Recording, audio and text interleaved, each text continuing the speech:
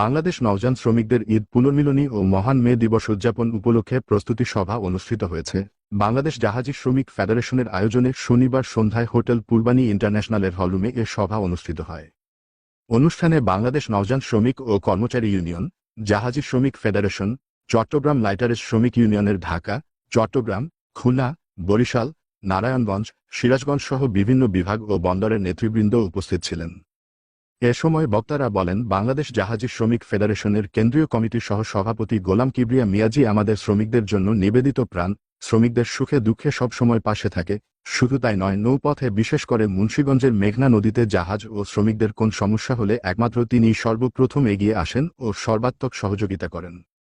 জাহাজি শ্রমিক ফেডারেশনের কেন্দ্রীয় কমিটির সভাপতি মোজাম্মেল হকের সভাপতিত্বে ও সাধারণ সম্পাদক সবুজ শিকদারের সঞ্চালনায় অতিথিদের মধ্যে উপস্থিত ছিলেন Habibur Rahman master, Chunnu master, Raihan Chowdhury, M Nurul Huda, Mohammad Badshah, M K Monir, Rezaul Karim Montu, Mohammad Rajib, Nizam Howladar, Mohammad Kabir Howladar, Taiyab Akhon, Shaon, Shipon পালোয়ান, Atikur Rahman, অলিয়ার Rahman, Shahidul Islam সহ আরও অনেকে উপস্থিত ছিলেন।